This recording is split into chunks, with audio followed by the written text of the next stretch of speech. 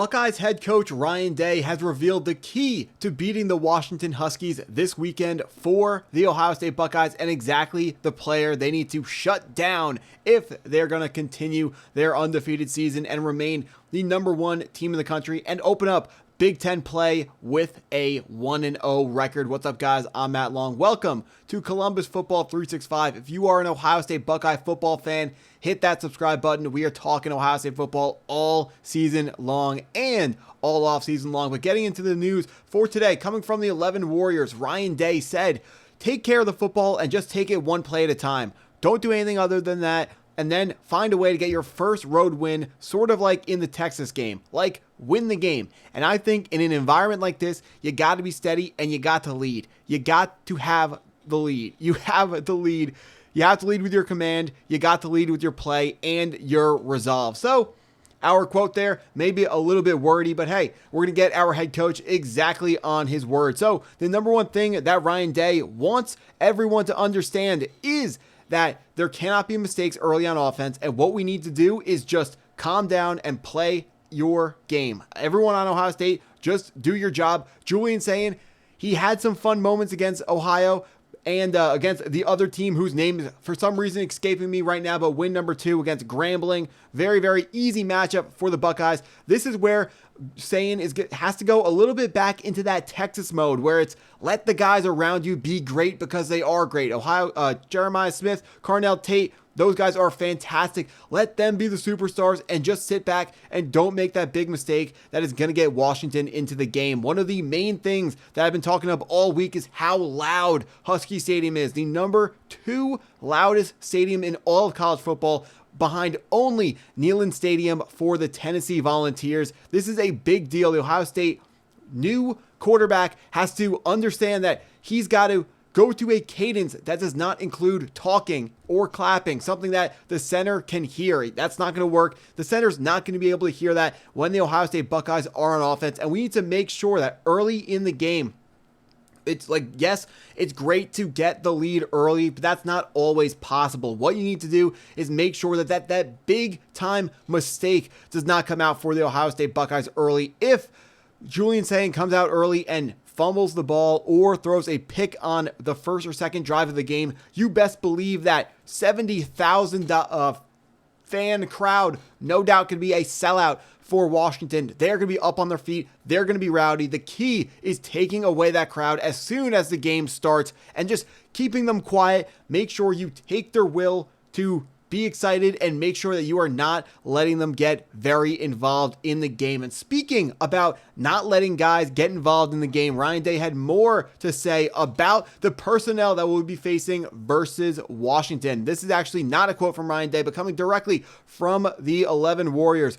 Running back Jonah Coleman is a Doak Walker Award contender. If you don't know what the Doak Walker is, that is the award for the #1 running back in the country. Jonah Coleman, a Doak Walker Award contender with 51 carries for 347 yards, averaging 6.8 yards per carry and a nation-leading 9 touchdowns in 3 games. He tied Washington's single-game rushing touchdown record with 5 in Week 2 against UC Davis. He opened the season with back-to-back 100-yard rushing games. When Washington State limited him to 59 yards on 12 carries, he pivoted to post a 100-yard receiving performance with 6 catches for 104 yards and a score. So, not only are we dealing with the quarterback Damon Williams, not only am I fumbling around with my pictures, that's what I'm looking for. Jonah Coleman, the running back for Washington, is absolutely no joke. He's a top running back on the ground and through the air, which gives that offense another layer, another thing that we need to watch out for. Over the course of this week, I've been hyping up Damon Williams, their quarterback, who is a dual threat, being compared by many very smart football minds, comparing him to Kyler Murray, the quarterback who came out of Oklahoma a couple of years ago, now playing for the Arizona Cardinals. Unfortunately, he didn't look too hot last night against the Seattle Seahawks, but the Seattle Seahawks have a really good defense. If you remember, Kyler Murray at Oklahoma, he was a killer. The dude was one of the best players in college football, was drafted first overall for a reason, and won the Heisman. So you could argue he was the #1 best player in college football. Now, Damond Reed, the quarterback for the Washington Huskies, is not as good as Kyler Murray was, but he's in that same mold where you got to worry about him passing the ball and rushing the ball. The rush game matters because he has the opportunity to hand the football off to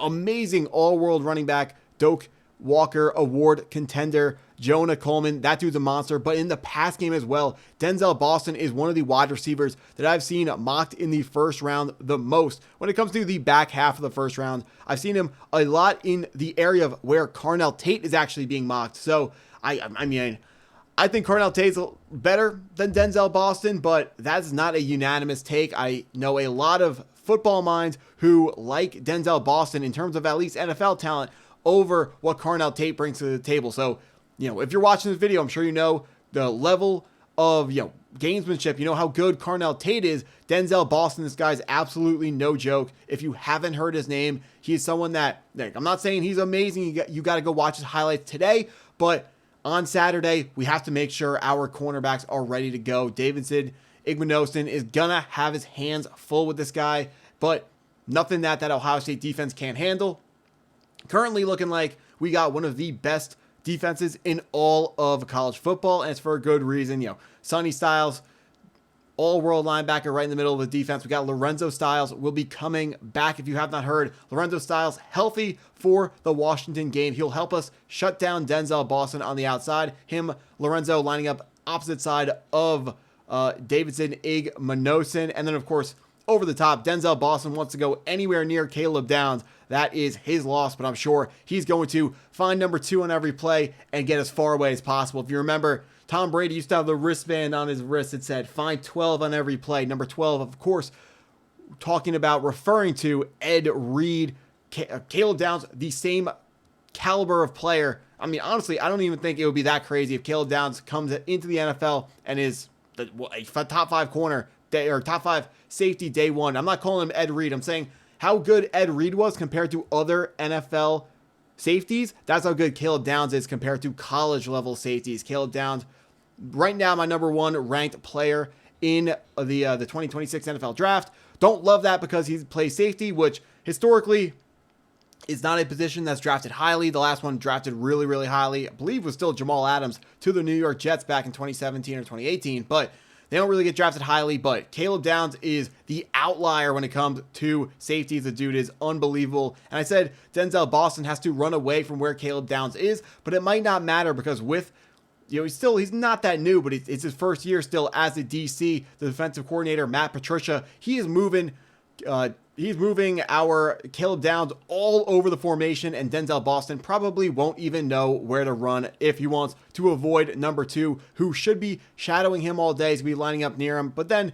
Caleb Downs is going to be doing stuff near the line of scrimmage, going to be blitzing as well, going to be doing a whole lot of fun stuff. So just got to make sure Julian Sayin, make sure he understands what his job is, and his job isn't to win the game with his right arm. His job is to be just be the point guard for the team, get the ball out to Jeremiah Smith when he is open and when he's, a little bit covered as well. If he's really covered, don't throw it. But we got plenty of weapons to make this win happen, even if Julian Sayin doesn't look like what I believe he's going to look like in, the next coming years, or even as early as the end of the season. We have to understand that Julian Sayin is not a finished product when it comes to his development. Going into Big Ten play, the offensive game plan is going to be shrunk down a little bit for him, at least to start.